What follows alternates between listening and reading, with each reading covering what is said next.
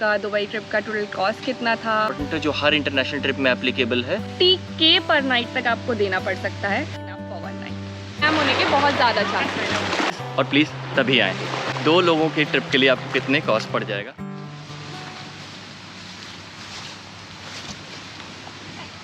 Hi guys, hi everyone, welcome back to our channel. तो हम आ गए हैं एक नया वीडियो लेके, जो कि है हमारी दुबई ट्रिप के बारे में। हमें बहुत सारे क्वेश्चंस आ रहे थे कि आपका दुबई ट्रिप का टोटल कॉस्ट कितना था, फ़्लाइट बुकिंग्स कहाँ से की। तो हमने एक पूरा कंबाइन वीडियो बनाया है जिसमें हम आपको सारे क्वेश्चंस के आंसर डिटेल में देंगे। तो watch till the end to know what was our total expense. और अभी आपको बैकग्राउंड में दिख रहा होगा कि हम एक नई जगह पे आ गए हैं। सो यू आर राइट, हमारा एक नया सीरीज़ आने वाला है जो कि जल्द ही स्टार्ट होगा। तो सबसे पहले बात करते हैं even before you fly to Dubai, जो सबसे इम्पॉर्टेंट चीज़ें हैं वो है आपका वीज़ा। तो वीज़ा पर पर्सन आपको पड़ता है सिंगल एंट्री 30 डे वैलिडिटी का अराउंड 7000 रुपीज़, जो कि आप आराम से बुक कर सकते हैं थ्रू मेक माई ट्रिप ना। जब आपका वीज़ा आ जाता है, और मैं ये रिकमेंड करूँगा कि आप 15 डेज़ का टाइम से पहले ही अप्लाई करें, क्योंकि 7 वर्किंग डेज़ में अराउंड होता है। तो मान लीजिए कि अगर कोई मिस्टेक होती है तो आपके पास टाइम रहेगा इनफ कि आप उसको सही कर सकते हैं। Next would be flights. So बहुत सारे कैरियर्स हैं जैसे इंडिगो, एयर इंडिया, जो कि आपको डायरेक्ट फ़्लाइट्स प्रोवाइड करते हैं with major Indian cities to Dubai.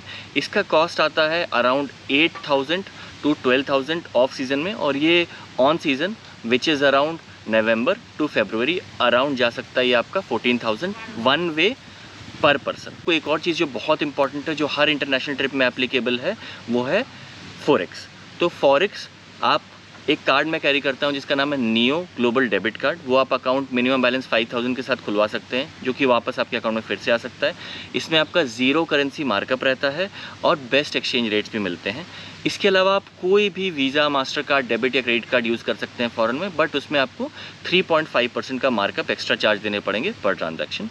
इसके अलावा जो लास्ट कंपोनेंट है वो है इंश्योरेंस। इंश्योरेंस अगेन आप मेक माई ट्रिप से 8 या 10 दिन जितना आपका ट्रिप है उसमें करवा सकते हैं, जो कि आपको बहुत सारे ऑप्शंस प्रोवाइड कर दिए जाते हैं। हम लोग सब डिस्क्रिप्शन में और ऊपर स्क्रीन पे भी डाल देंगे, विच इज़ अराउंड 700 to 1000 रुपीज़ में आपका ये सारी चीज़ हो जाती है। तो ये सब बेसिक्स हैं जो आपको जाना चाहिए। Best time again would be November to February, क्योंकि दुबई एक गल्फ़ कंट्री है, गल्फ़ एमिराट है, गल्फ़ एरिया में लाई करता है, और यहाँ पे गर्मी बहुत ज़्यादा पड़ती है in rest of the months. यही एक टाइम होता है जब वेदर थोड़ा प्लेजेंट होता है, ठंड नहीं होती है, तो आप उसी हिसाब से पैक करें। प्लेजेंट रहता है, इस समय आप दिन में भी काफ़ी चीज़ें एक्सप्लोर कर सकते हैं, आउटडोर एक्टिविटीज़।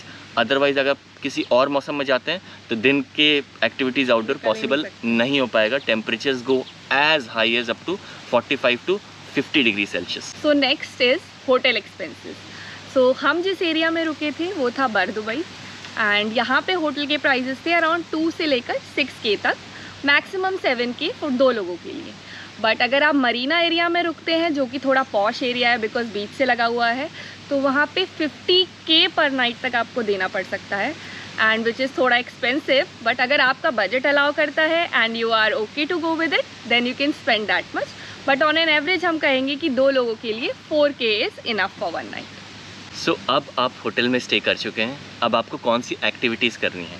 तो activities we covered were Dubai city tour, Burj Khalifa, desert safari, Dubai mall with fountain show, global village and Dubai mall aquarium.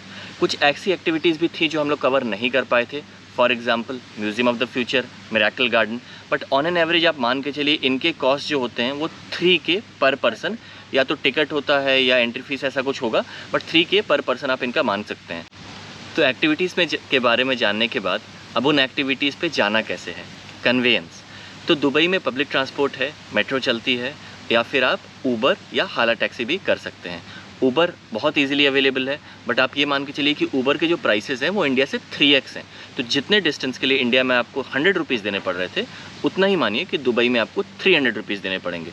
एक जो चीपर ऑल्टरनेटिव है, चीपर तो नहीं कह सकते बट बेटर ऑल्टरनेटिव, वो है हाला टैक्सी, जो कि एक ऐप आता है करीम्स, जिससे आप बुक कर सकते हैं। वो आपको 2.5x प्राइसेस पड़ेंगे, तो 100 रुपये जो इंडिया में दे रहे थे वो 250 रुपीज़ पड़ जाएंगे।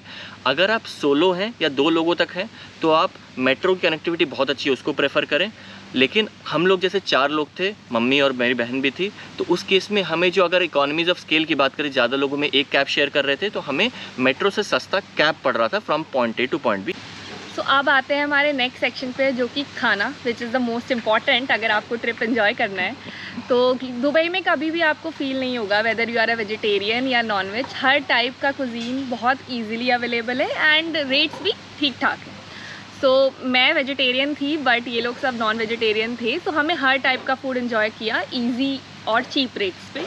सो देर आर टू वेज़, या तो आप रेस्टोरेंट्स में जाके आप खाएं या फिर आप ऑर्डर करें। तो ऑर्डर के लिए again we come back to that Careem app. So Careem app पे ज़्यादा कोई डिलीवरी फ़ी नहीं, एक्स्ट्रा चार्जेस नहीं, and you can easily get the Indian food या veg food at your stay, अगर जहाँ पे भी आप रुके हुए हैं। बट अगर आप बाहर जाते हैं तो फिर वही 5 स्टार में डाइनिंग करके फाइन डाइनिंग करने जा रहे हैं या फिर नॉर्मल खाना चाहते हैं तो मीना बाज़ार वाज आवर हब, जहाँ पे हमने मोस्टली खाना खाया।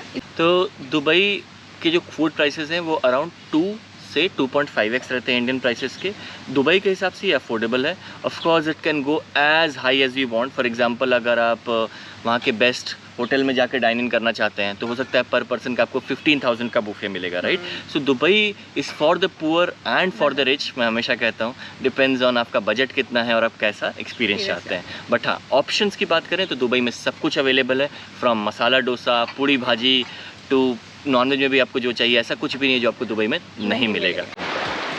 तो लोकल शॉपिंग एंड सोवेनियर्स के लिए हमने मीना बाज़ार से शॉपिंग की थी। बाकी और भी बहुत सारे ऑप्शंस हैं जैसे कि दुबई मॉल और एयरपोर्ट, बट वहाँ पे प्राइसेस हमें 2 to 5 टाइम्स एक्स्ट्रा लगे।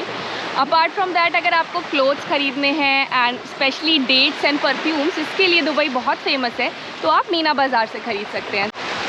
तो एक क्वेश्चन है कि how many days are enough to explore Dubai. हमारे हिसाब से 7 डेज़ जो कि आप दुबई में स्पेंड करते हैं, कंसिडरिंग कि आप एक एक्टिविटी सुबह करें, एक एक्टिविटी शाम को करें, ताकि बॉडी पे भी उतना लोड ना पड़े, तो 7 डेज़ इज़ इनफ। हमारे पास उतने दिन नहीं थे, हम लोगों ने 5 ही डेज स्पेंड किए थे वहाँ पे, तो हम लोगों की कुछ एक्टिविटीज़ रह गई थी, but 7 days would be ideal.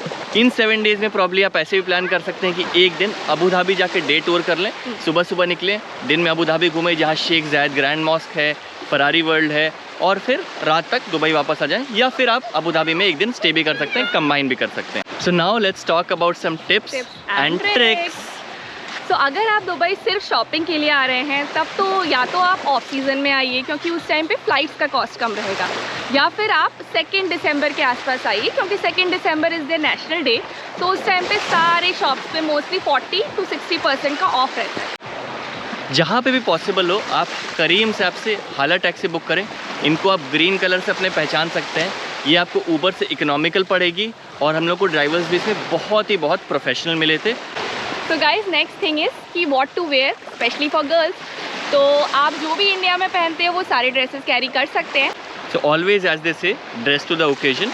Normal कपड़े आप पहन सकते हैं, कोई दिक्कत नहीं है, बट हाँ, जहाँ भी आप जा रहे हैं वहाँ के लॉ की रिस्पेक्ट करें और अकॉर्डिंगली कपड़े पहनें। सो हालांकि दुबई ग्लोबल हब होने की वजह से काफ़ी लिबरल है एंड पूरे टूरिस्ट दुनिया भर से यहाँ पर आते हैं, but still it's part of the Arab Emirates, और यहाँ कुछ रूल्स हैं जो आपको फॉलो करने चाहिए। इन जनरल हमेशा आपको लॉ ऑफ द लैंड हमेशा फॉलो करना चाहिए आप जहाँ भी जा रहे हैं। एंड यहाँ भी दुबई में छोटे छोटे क्राइम्स के लिए बहुत ही ज़्यादा बड़ी पेनल्टीज़ हैं, तो इस चीज़ का स्पेसिफिकली ध्यान रखें।